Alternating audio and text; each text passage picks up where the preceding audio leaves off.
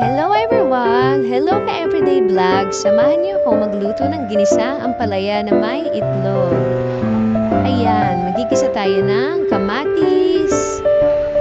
Halu-haluin lang muna natin yan. Hanggang sa siya ay mapino. At madurog. Pagka nakita mo ng medyo durog na ang kamatis, isunod na natin igisa ang sibuyas at bawang. Habang ginigisa muna natin ang kamatis at sibuyas bawang, nilagay ko na ang ampalaya. Igisa muna natin ito lang, igisa hanggang halu-haluin. Ayan. Hintayin lang natin kumapit ang aroma ng bawang, sibuyas at kamatis.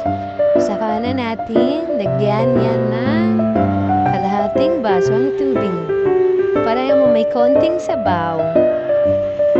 Lagyan natin ng paminta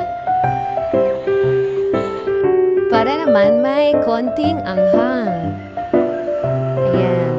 Kuluan muna natin ng konti kasi mabilis lang naman yan maluto yung ampalaya. Pagka nalo-halo ko lang yan hanggang maya-maya, pwede na natin ilagay yung itlog. Gisa-gisa lang yan. Ayan. Tapos luto na yan. Ang sarap niyan kay Everyday Vlog. Lalo na maraming itlog. Yan. Magugustuhan ng mga anak ko yan. Prito nga rin ako dyan ng tilapia para naman may kapartner ang ating gulay. Ayan. Konti pa lang yung naprito ko dyan. Kasi yung iba niluluto pa. Ayan, di ba? Masarap yan. Kasama ng